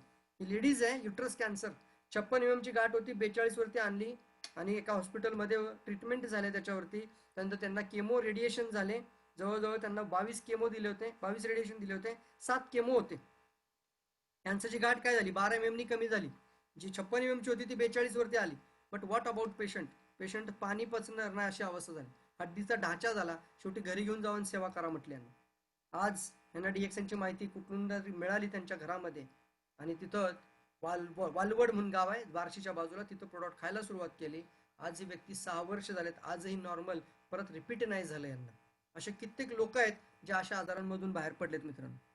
सो फ्रेंड्स, याकरता मी तुमच्याकरता हे प्रेझेंटेशन देतोय की आज आपण जागृत व्हायचं आहे. समाजासाठी एक चांगलं कार्य करण्याची संधी आपल्याला परमेश्वराने दिली. आपण एक दूत बनू शकतो, अनेक लोकांच्या जीवनामध्ये मोठा बदल निर्माण करू शकतो.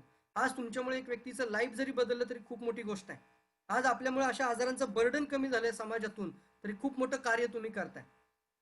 आणि ते करत असताना भावुक होऊ नका, इमोशन होऊ नका. प्रेझेंटेशन चांगलं होतं, नॉलेज चांगलं होतं, ॲप्रिशिएशन द्याल, चांगलं वाटतं ऐकायला, काही प्रॉब्लेम नाही. परंतु तुम्ही सुद्धा, मी तुम्हाला सांगतो की मार्केटमध्ये जाऊन भावुक होऊ नका की आम्ही सेवा करतो, असं नका म्हणू प्लीज कुणाला. काही लोक लगेच इतके भावुक होतात, आम्ही केलेलं ही कार्य पाठीमागं, ह्या चुका आमच्याकडनं घडलेल्या आहेत, आम्ही म्हणायचो नाही सेवा करतो मी लोकांची. त्याच्यामुळे नेटवर्क कधीच तयार नाही झालं.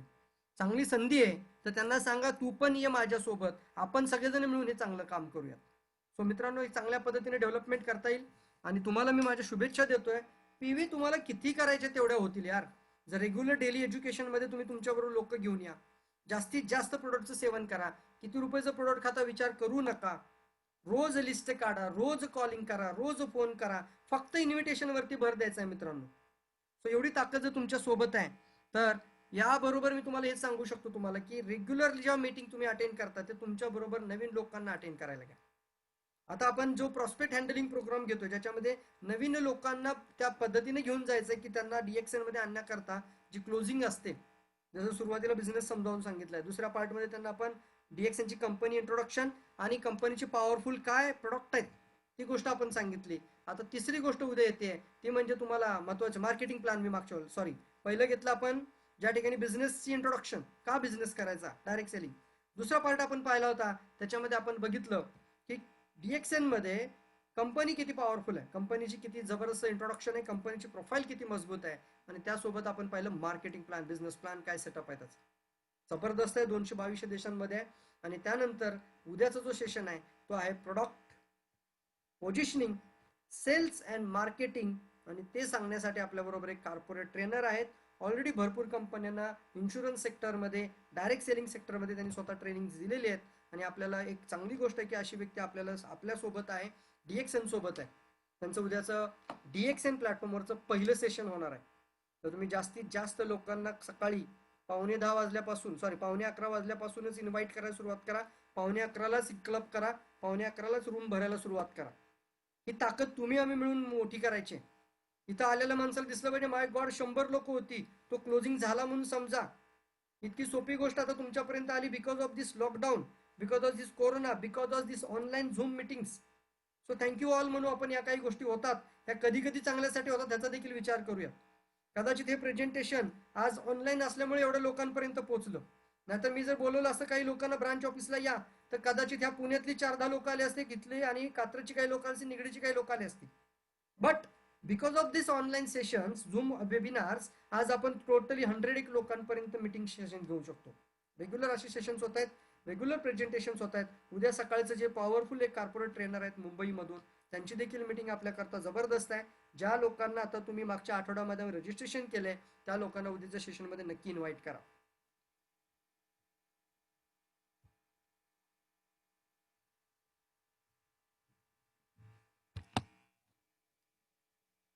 सो स्वतःहून जर कोणाला काय स्वतःचं काय व्ह्यूज शेअर करायचे असेल तर मला फक्त हँड रेज करून बोलू शकतात. Kishore Chaudhari, Shridhar Nalawade, okay. Kishore Chaudhari, I ask to unmute you. तुमचा परिचय द्या आणि बोला.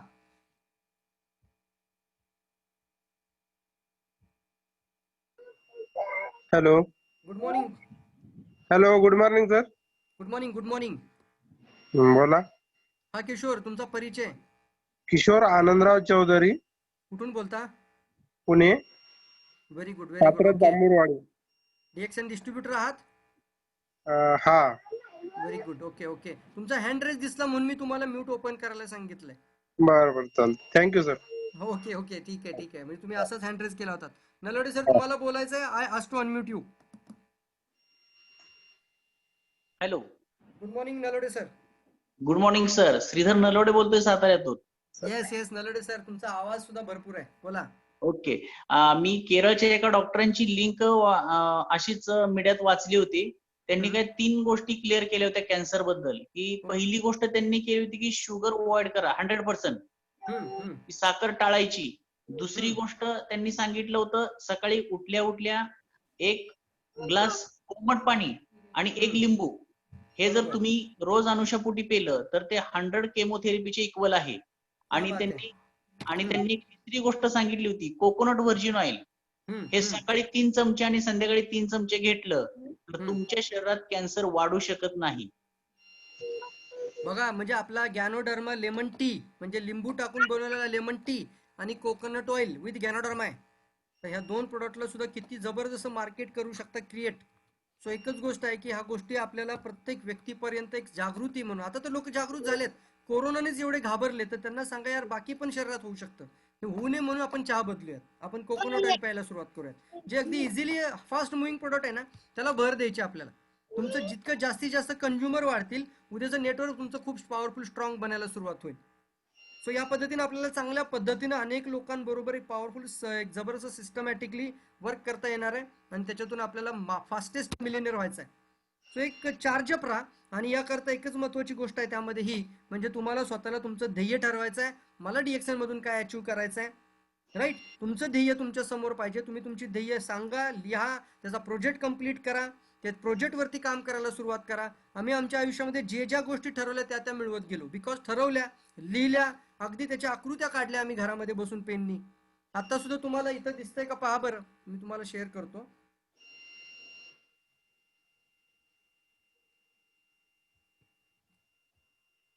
दिसतंय का एक बोर्ड? आता हे फाटलं पूर्णपणे. बघा, आज हे हा चार्ट पूर्ण झाला फ्रेंड्स. याच्यावरती क्राऊन अँबॅसेडरचा चार्ट आहे. म्हणजे या बाजूला गोल्ड क्राऊन डायमंड पर्यंतचा चार्ट आहे. गोल्ड क्राऊन डायमंड म्हणजे हे, आता हे कागद मला काढून टाकावं लागेल, पण लिहिलंय ना घरामध्ये. मी तुम्हाला दाखवलं मुद्दाम की घरामध्ये तो चार्ट बनवलाय की कोण लोक माझे डायमंड होणार आहेत आणि त्यांच्या बरोबर कोण कोण पुढची 6 लोक आहेत, त्यांच्या किती किती पीव्ही आहेत, त्याचे महिन्यांचे चार्ट बनवलेत आणि ते महिन्याचे चार्ट भरत राहिलोय. जी गोष्ट सतत आकर्षित करताना ती गोष्ट परमेश्वर तुमच्यापर्यंत आणून देतोच. पण ती गोष्ट आकर्षित करताना डाऊटिंग सोल नको आहे. संशय आत्मा विनश्यती म्हणतात. त्यामुळे ती गोष्ट जी पाहिजे ना, ती पाहिजे म्हणजे पाहिजेच.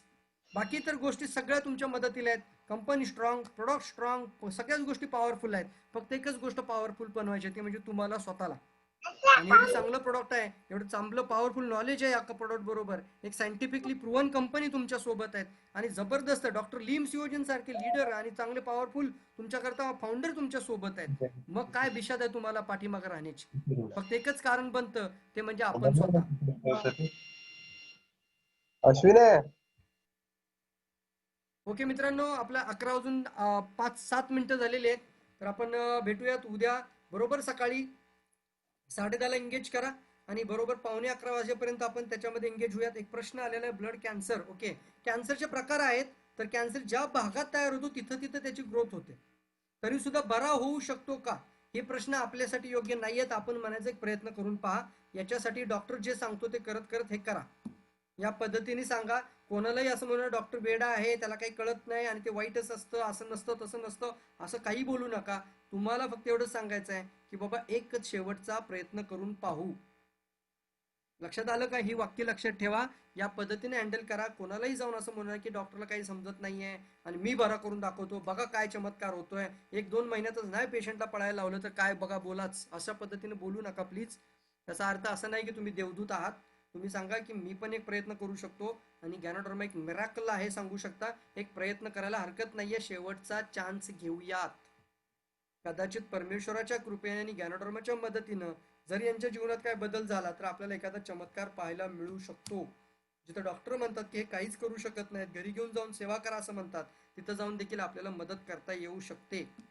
हे त्यांच्या करता. पण इतरांचं काय, तुमचं माझं काय? माझा आजचा मीटिंग घेण्याचा उद्देश काय होता? आजचा प्रेझेंटेशन घ्यायचा उद्देश काय होता? आजचा उद्देश हा होता की अशा एवढ्या मोठ्या आजाराला जर आपण कंट्रोलमध्ये आणू शकतो तर रोगच निर्माण होणे म्हणून खा ना रोज आर्जीजेल. एक पेयर रोज खा, रोज एक गॅनोडर्माचे आर्जेल खा. किती रुपये? 22 रुपये. तेवढं तर यार आपण काही लोक नको त्या गोष्टींवर उडवतात पैसे. 22 रुपीज डेली. रोज एक चहा प्या, रोज कोकोनट ऑइल प्या, रोज फिरून 4-4, 6-6, 10-10 खा. खाताना विचार करू नका किती खातोय. डॉक्टर आपल्याला सांगतात सवेरा सर हातात जेवढ्या येतील तेवढ्या खा, मूड भरून खा, काही प्रॉब्लेम नाही, मोजायचंच नाही अजिबात. हा माझा मेन मुख्य उद्देश आहे, तुम्हाला हे प्रेझेंटेशन तुमच्यापर्यंत आणण्याकरता. आणि तुम्ही अवेअर व्हा आणि लोकांनाही जागृती निर्माण करा. प्रिव्हेन्शनचं मार्केट फार मोठं मार्केट आहे, त्याच्यावरती हायलाइट करूयात. Wish you all the best. Thank you all of you. भेटू उद्या सकाळी.